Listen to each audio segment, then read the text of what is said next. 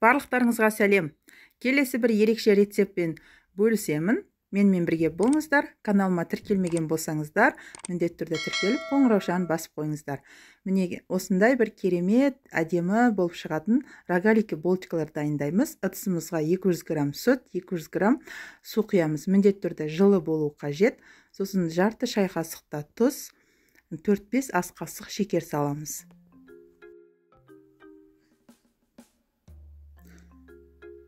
Жақсылап бір араластырып жібереміз да.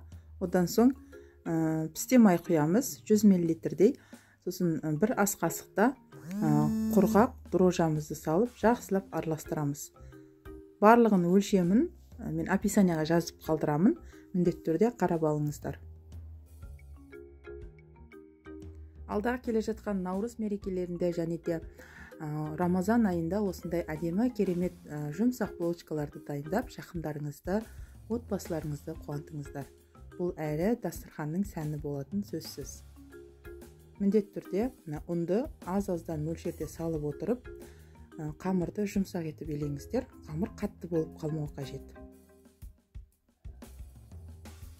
Мінекей осындай ыдысқа шамалы жабысып тұр, байқасаңыздар. Енді осыны ыдысымыздан ажыратып аламыз да. Бір осы мөлшерде 12 штук шығады. Теңдей етіп 12 штукқа бөліп шығамыз.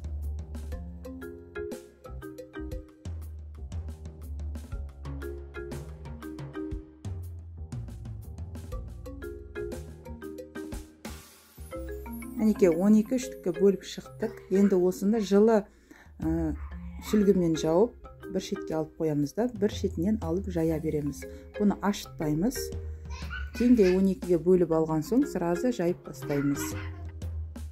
Диаметрі 35-40 сантиметрде етіп жайыңыздар, одан қатты үлкен болып кетпесін.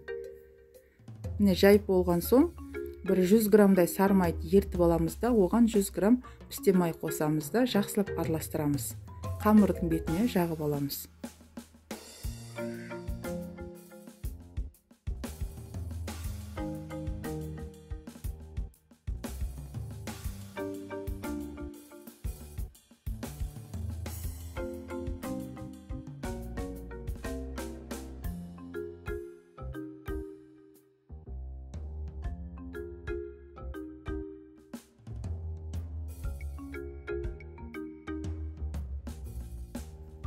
Май жағып алған соң осылай оқтауды бір шетін ортасынан бастап осылай жылжытсаңыздар, өзі жылжиды.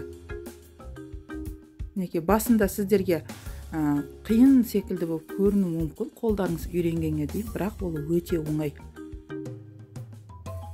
Қалған бөлігін осылай қолмен жинақтап аласыздар да, ең бастысы ортасын жауып шығамыз. Ортасына начинка салған кезде шығып кетпеу үшін.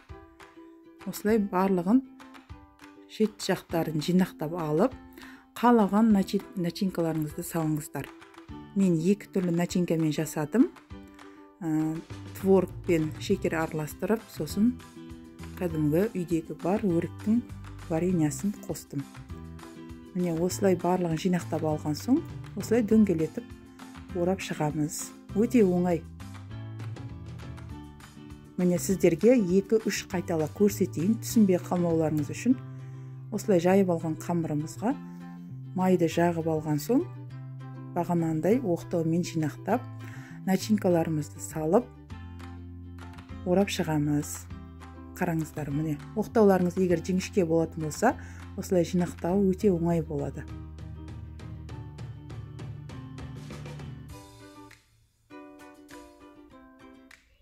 Әрбір қамырды жайып бастаған кезде басында аздап ұн қолданыңыздар. Өйткені қамырымыз өте жұмсақ болғандықтан жабысып қалуы мүмкін.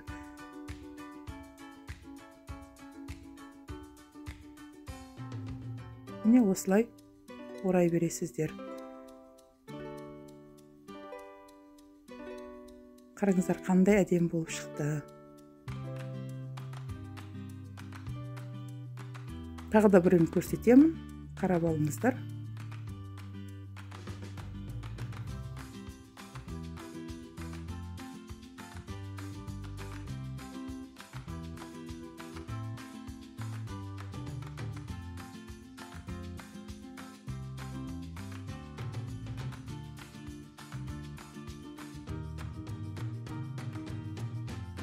Керемет әдемі болып шығады.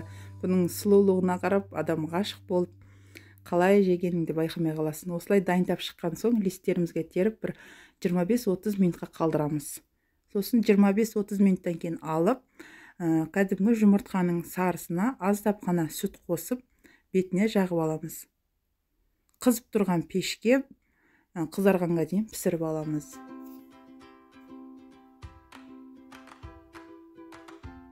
Мінекей біздің рогаликке булочкаларымыз дайын. Қараңыздар, осындай әдемі болып үрленіп, томпиып пісіп шықты. Мінекей, егер сіздерге рецепт ұнаған болса, міндетті түрде каналыма тіркеліп, лайк басып, өз пікірлеріңізді жазыңыздар. Бұл қатпарлы самса немесе қатпарлы қамыр секілді болып, аралары осындай қатпар болып, дәмді болып шығады. Арасына май жақтық, әрі начинкасы бар. Енді дәмі деген керемет болып шығады. Міндетті түрде жасап көріңіздер, ас болсын.